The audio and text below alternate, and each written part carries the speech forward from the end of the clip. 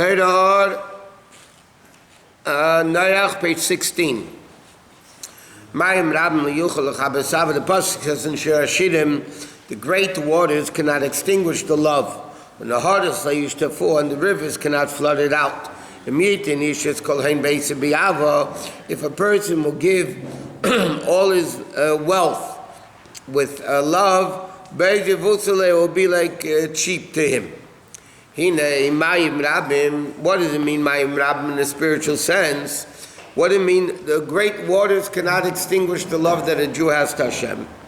That refers to Koltidus, Parnas, all the worries of making a living. And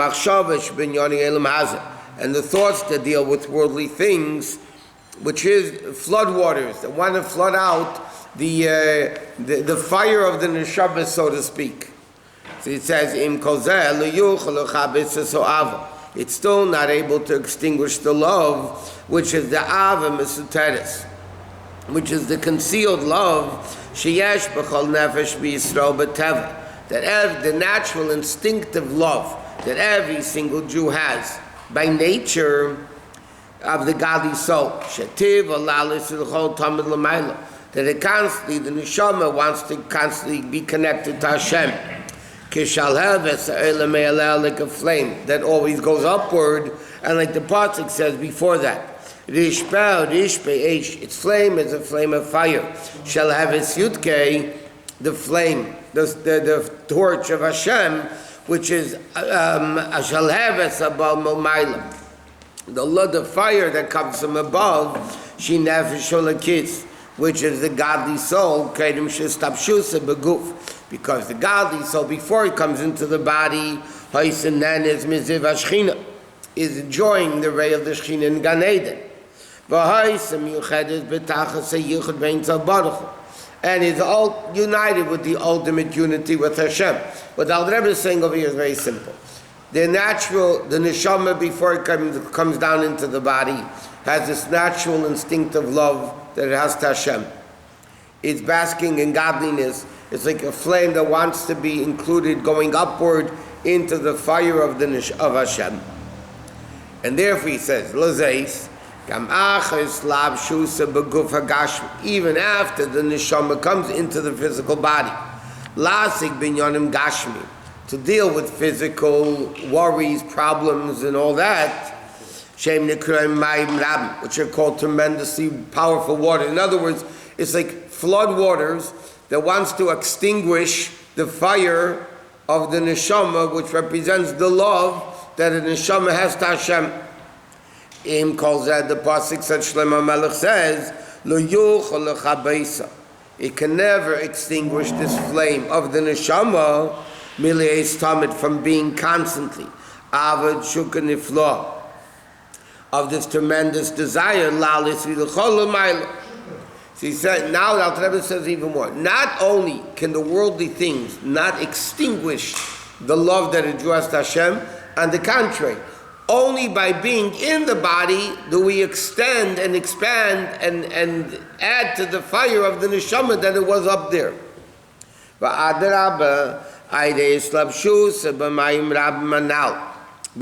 being dressed into the Mayim Rab Manal, a person is able to reach the Madrega Yesegavoya, to a higher place, higher than it was before. It's self-understood from a simple mathematical perspective, so to speak. Nobody invests money in a business to lose money. The only reason you invest money in a business, hopefully if you invest $1,000, you want to make $2,000.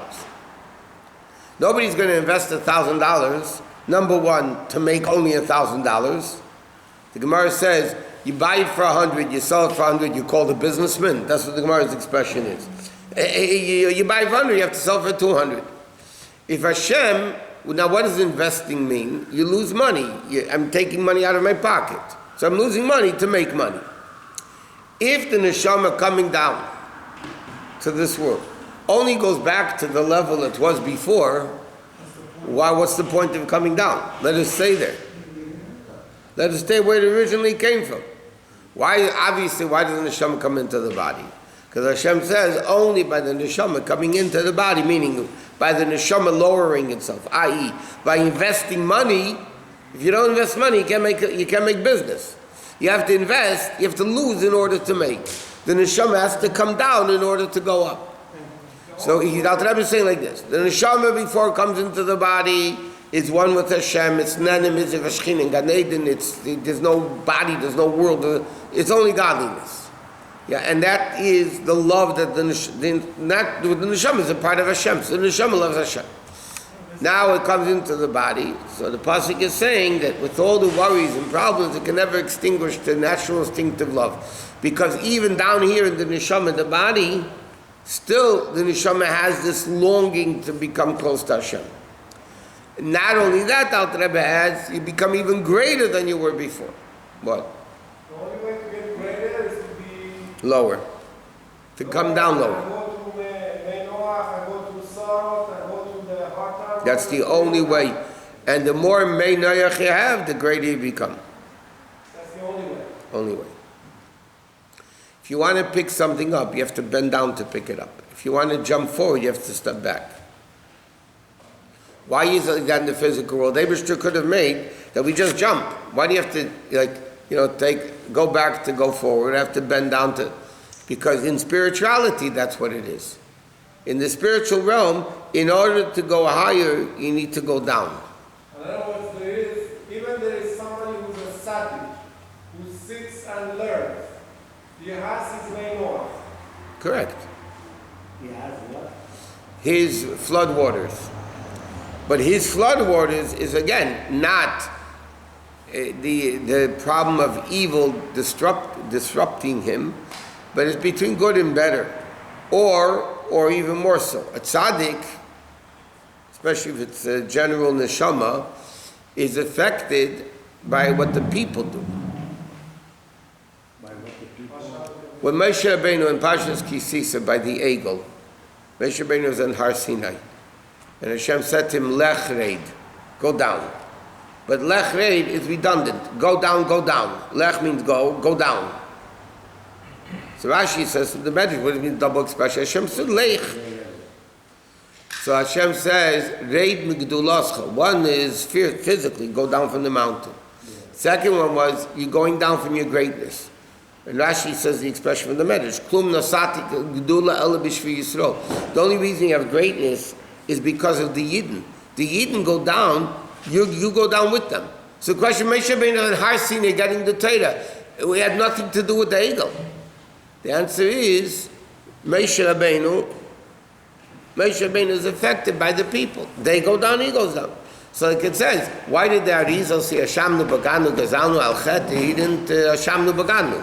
The answer is, because he was a general neshama, he's affected by everybody else. So you can have a tzaddik, a great holy tzaddik, but if he's a leader of the Jewish people, or whatever it is, he becomes affected. That's also his Mayim Rabbim. The other people's Mayim Rabbim.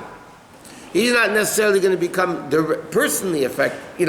It's not him personally, but it has affected him. When you have a pain in the foot, the head feels it. The whole body is affected. The whole body becomes dysfunctional if you have a bad pain in the stomach, yeah? Question, why should the head become dysfunctional because of the stomach? There's a pain in the stomach, let the stomach become dysfunctional. Why is the head becoming dysfunctional? Because it's one body. Every part of the body affects another part of the body. Every Jew affects every other Jew. So every Jew, no matter who the tzaddik is affected by what's going on in the world. The situation with the books, that the Rebbe was so upset because whoever stole it actually brought the Rebbe down. Whoever stole what? The books. Louder. He brought the Rebbe down. Yeah, it affects everybody. Everything affects everybody. That's why Hashem set up the world. We're one big body. Klal Yisrael, not only that, every generation we're one big body, and not only that, Avram Avinu, the Avis, they're the heads, and we're Ikvis and Mashiach. So throughout history, the Jewish people throughout history was one big body. They were the heads, and then now we're the heels. And then every generation has its body. And then every person has its body, whatever. But in general, we fail, we really help those that are less fortunate. We are, why? What do you mean as fortunate? Spiritually or physically? Physically. And spiritually also. Yeah. Okay. You're part of the same body. Yeah, so instead of getting depressed, like you just said, which would be depressing, no, the answer is by changing yourself, by helping yourself, you help everybody. Because we are so interconnected, by strengthening his. I told the Shabbos, by the Rabbi, I said, there was a guy, a great tzaddik, he said, you know what, I'm going to change the world. Okay. Then he said, I'm going to change the country, and the city, and the neighbor, and my house. And he said, finally, he realized the only one he could change is himself, and it's also not easy. But the Litmus Test is really giving us a tangible... The litmus test is a person to be a giver, not a taker. Right. That's all. So the more you give, of course you can't help the whole world. But every action we do affects the world. Torah said that 3,000 years ago. But science woke up that when a fly flaps its wings, basically it has a whole effect on the whole world. Torah said it 3,000 years ago. Okay. This Mayim Rabim is also called Mei Noach. The waters of Noach. Like it says, Hashem Ishbati Me'aver Mei Noach Eid Alo Oretz. Hashem said, just like I swore not to bring Mei Noach again. Okay, Nishbati Mikatzev Alachem Megabach. I swore not to get angry at you in a way that I'm going to destroy you. So now the question is, why is the flood waters called Mei Noach? Why are they called Mei Noach? Kine Noach is Naicha Derucha. It says in the Chumash, when they named Noach, it says Zayanachamenu. It's a comforting, Noach, Naicha, which is Aramaic for Noach. Why? So number one, he invented the plow. Second one, the weeds would come up, and in his Noach's time, and things changed. Shubachina Shvitza, which is the concept of resting.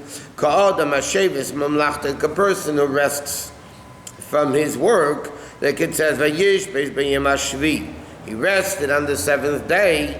For Targum, what does Targum say? V'noach b'yom HaShviyah. V'noach, he rested, which is Noach. So Noach comes from the word resting, like it says in Chumash. Can we say that the flood waters was his name, so maybe it was actually his fault that this whole thing happened? That's another explanation also. So there's a positive aspect to it and a negative aspect. The negative aspect is, like you said, it's called Mei Noach because he didn't go out to make people change. You know, he built an ark. If they came to him, what are you doing? He said, oh, not like Avraham Avinu went out and spread Yiddishkeit. Or then it's belief in one Hashem. But yeah, that's why it's called his fault, because he didn't do anything to the generation about bettering their ways. So somebody could come along and say, so, you see, if you could go out and change people for the better, and you don't, it's your fault.